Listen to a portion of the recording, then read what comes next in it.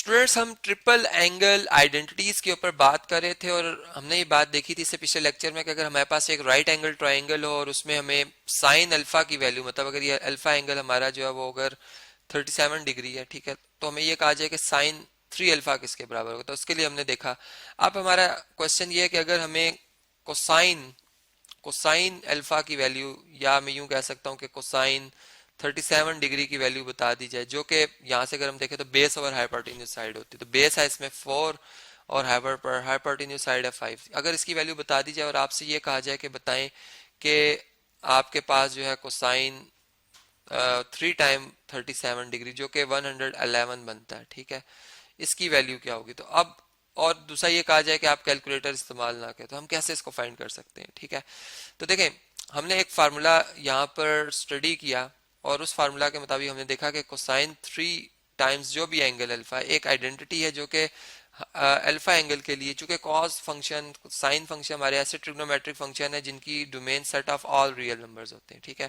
तो इसमें हम कोई भी एंगल पुट करेंगे हमें उसकी रेंज मिलेगी जो कि मतलब 1 और -1 के दरमियान होती है, मैक्सिमम 1 वैल्यू, मिनिमम -1 मिलती है। तो इसी तरह अब यहाँ पर जो कॉस कोसाइन 3 अल्फा, इसका जो फार्मूला है ये बेसिकली है जी 4 कोसाइन क्यूब अल्फा, ठीक है, माइनस 3 कोसाइन अल्फा। ये बेसिकली इसका फार्मूला जो कि हम इस्तेमाल करते हुए जो एंगल है अगर उसका 3 टाइम्स बिगर, मतलब हमें जो है उसका एंगल बढ़ाने के बाद वैल्यू देखनी तो हम निकाल सकते हैं यहाँ से, ठीक है। अब अल्फा, मैंने यहाँ पर एक केस लिया जी, इसमें मैं अल्फा जो है वो फर्ज कर रहा हूँ 37 डिग्री है, ठीक है। इसको अगर हम पुट कर लें तो ये बन जाएगा कोसाइन 111 डिग्री, यहाँ पे आ जाएगा 4 कोसाइन अल्फा 37 डिग्री है और इसका क्यूब है, ठीक है, इसको मैं होल क्यूब लिख दूंगा, और -3 कोसाइन यहाँ पे ब्रैकेट में अल्फा की जगह 37 डिग्री, ठीक है जी।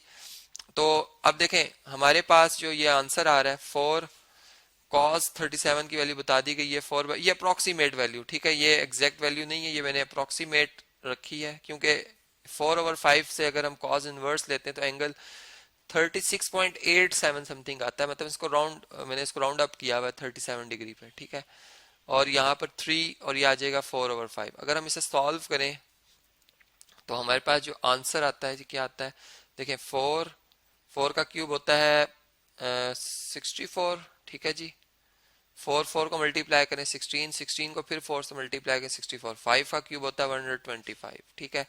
इसी तरह ये बन गया 12/5। अब 5 और 125 का अगर आप जो है वो एलसीएम लें तो ये 125 ही आएगा, ठीक है। यहाँ पर हमारे पास आ जाएगा 125, ठीक है।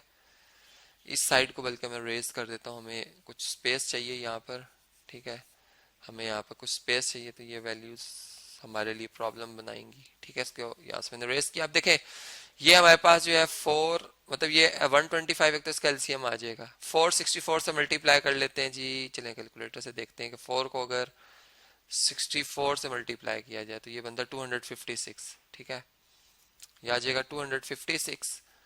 जबकि यहाँ पर 5 का डिवाइड करें अगर 21 25 से 25 आता है, 25 को 12 से मल्टीप्लाई करना है अब हमने, तो 25 को अगर 12 से मल्टीप्लाई किया जाए तो ये बनता है 300, ठीक है जी, 300। तो यहाँ से 256 का 300 से अगर डिफरेंस देखें तो ये बनता है 44 का, -44 का। चेक पूरी कर लेते हैं जी, 256 माइनस 300 माइनस 256 माइनस 300, ये बनता है -44 ओवर 125, ठीक है। और अगर इस नंबर को डिवाइड कर दिया जाए और इसका डेसिमल में देखा जाए आंसर तो कितना बनता है, नेगेटिव में 0.325 माइनस 0.352, ठीक है। और अगर हम अब कैलकुलेटर से डायरेक्ट देखेंगे कोसाइन, चूंकि देखें सेकंड क्वाड्रेंट है तो सेकंड क्वाड्रेंट में हम जानते हैं कि x नेगेटिव होता है, यानी कोसाइन फंक्शन नेगेटिव होता है। और अगर इसकी 111 पे वैल्यू भी देख ली जाए कोसाइन फंक्शन की 111 डिग्री पे कॉस फंक्शन की वैल्यू, तो वो भी देखें -0.358, मतलब मैंने आपको अप्रोक्सीमेट में आंसर ले रहा था, तो अप्रोक्सीमेट इसको अगर मैं 1 डेसिमल प्लेस पे रखूं तो 0.30 मतलब 0.4 0.4 नेगेटिव में इसकी वैल्यू आ रही, जो कि कंफर्म कर रही है इस बात को कि ये जो आइडेंटिटी है हमारी वो तमाम एंगल्स के लिए होल्ड करती है। अब इसका प्रूफ देख लेते हैं कि इसका प्रूफ कैसे किया जाएगा, ठीक है जी।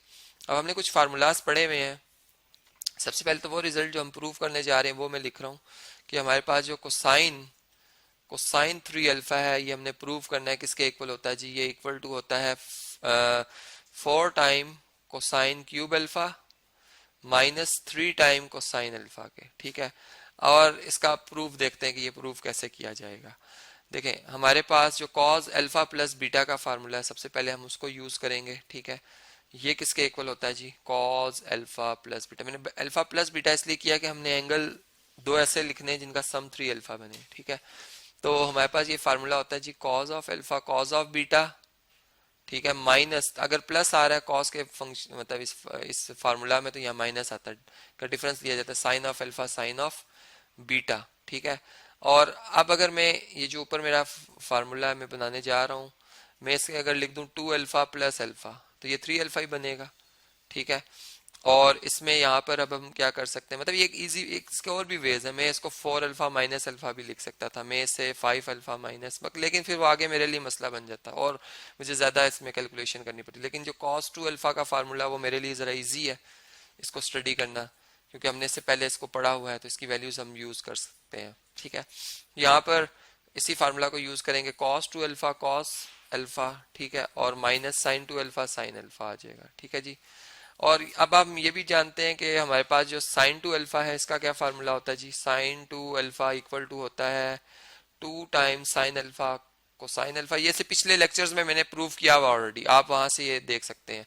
और जो कोसाइन 2 अल्फा है ये किसके इक्वल होता है जी, ये इक्वल टू होता है cos square alpha minus sine square alpha के। या फिर चूंकि अब हम अपना रिजल्ट जो है वो कॉस में ला रहे हैं, तो इस साइन स्क्वायर अल्फा की जगह हम क्या लिख देंगे, 1 minus with in bracket 1 minus cosine square alpha, ठीक है। और जब ब्रैकेट रिमूव करेंगे तो 1 नेगेटिव हो जाएगा और कोसाइन स्क्वायर अल्फा प्लस का आ जाएगा, तो यहाँ पे आ जाएगा 1 प्लस कोसाइन स्क्वायर अल्फा। अब cosine square alpha cosine square alpha add हो जाएंगे, तो ये फार्मूला हमारा बन जाएगा 2 times cosine square alpha minus 1, ठीक है। अब ये दो फार्मूलाज हैं हमारे जो कि मैं अब यहाँ पर इस्तेमाल करूंगा, ठीक है, जहां पर इनकी प्लेसमेंट बनती है। तो यहाँ पर cos 2 अल्फा है, इसकी जगह मैं लिख रहा हूँ क्या जी, 2 times cosine square alpha minus 1, ठीक है, ये विद इन ब्रैकेट, और cos alpha as it is आ जाएगा। और यहाँ पर माइनस अब साइन 2 अल्फा साइन 2 अल्फा ये किसके इक्वल है जी, ये इक्वल है 2 साइन अल्फा कोसाइन अल्फा के, 2 साइन अल्फा कोसाइन अल्फा के, और बाहर ब्रैकेट के क्या आ जाएगा, साइन अल्फा आ जाएगा, ठीक है जी। यहाँ पे आ जाएगा साइन ऑफ अल्फा। अब डिस्ट्रीब्यूटिव प्रॉपर्टी को अप्लाई करते हैं। कोसाइन अल्फा पहले टू कॉस स्क्वायर अल्फा से मल्टीप्लाई होता है, ये कॉस क्यूब अल्फा हो जाएगा, और फिर इसी तरह कोसाइन अल्फा माइनस 1 से मल्टीप्लाई होगा तो माइनस कॉस अल्फा आ जाएगा। इसी तरह साइन अल्फा जब 2 साइन अल्फा से मल्टीप्लाई होगा तो ये बन जाएगा -2 साइन स्क्वायर अल्फा, ठीक है, इसका स्क्वायर हो जाएगा, जबकि बल्कि कॉस अल्फा साथ में आ जाएगा क्योंकि ये प्रोडक्ट है, ठीक है। अब देखें जो हमारे पास साइन स्क्वायर अल्फा है ये अगेन किसके इक्वल होता है, 1 माइनस कोसाइन स्क्वायर अल्फा के, ठीक है। तो यहाँ पर हम लिखेंगे 2 times cos cube alpha minus cosine alpha, ठीक है, -2। अब यहाँ पर साइन स्क्वायर अल्फा की जगह हम क्या लिख देंगे जी, हम साइन स्क्वायर अल्फा की जगह लिख देंगे 1 माइनस कोसाइन स्क्वायर अल्फा, ठीक है। और इससे नेक्स्ट जब हम इसे लिखेंगे तो यहाँ पर आएगा 2 times cosine cube alpha minus cos cosine alpha. अब देखें -2 और ये कॉस अल्फा, तो ये बन जाएगा -2 कॉस अल्फा 1 से मल्टीप्लाई होके एज इट इज आ जाएगा, माइनस माइनस प्लस होता है, 2 कॉस अल्फा मल्टीप्लाई होंगे कॉस स्क्वायर अल्फा से, तो ये 2 कॉस या कोसाइन क्यूब अल्फा आ जाएगा। अब देखें 2 टाइम्स कोसाइन क्यूब अल्फा और 2 टाइम्स कोसाइन क्यूब अल्फा ये कितने हो जाएंगे, 4 टाइम्स कोसाइन क्यूब अल्फा आ जाएगा, यहाँ पे 4 टाइम कोसाइन क्यूब अल्फा आ जाएगा, ठीक है। और माइनस कोसाइन अल्फा और -2 कोसाइन अल्फा, तो ये बन जाएगा -3 कोसाइन अल्फा, ठीक है। तो ये वो फार्मूला है जो कि यहाँ पे अगर आप देखें तो cos alpha plus 2 alpha plus alpha ये बन जाएगा 3 अल्फा। तो कोसाइन 3 अल्फा का जो कि ट्रिपल एंगल आइडेंटिटी इसलिए कहा जा रहा है कि एक ऐसी इक्वेशन जो कि वेरिएबल जो अल्फा इसमें एंगल शामिल हो रहा है उसकी तमाम वैल्यूज के लिए ट्रू, इसलिए हम कहेंगे कि ये एक आइडेंटिटी, आप इसमें कोई भी एंगल पुट कर सकते हैं, 0 डिग्री हो, नेगेटिव में हो, पॉजिटिव में हो, उसकी राइट हैंड साइड इसकी लेफ्ट हैंड साइड हमेशा इक्वल आएंगे।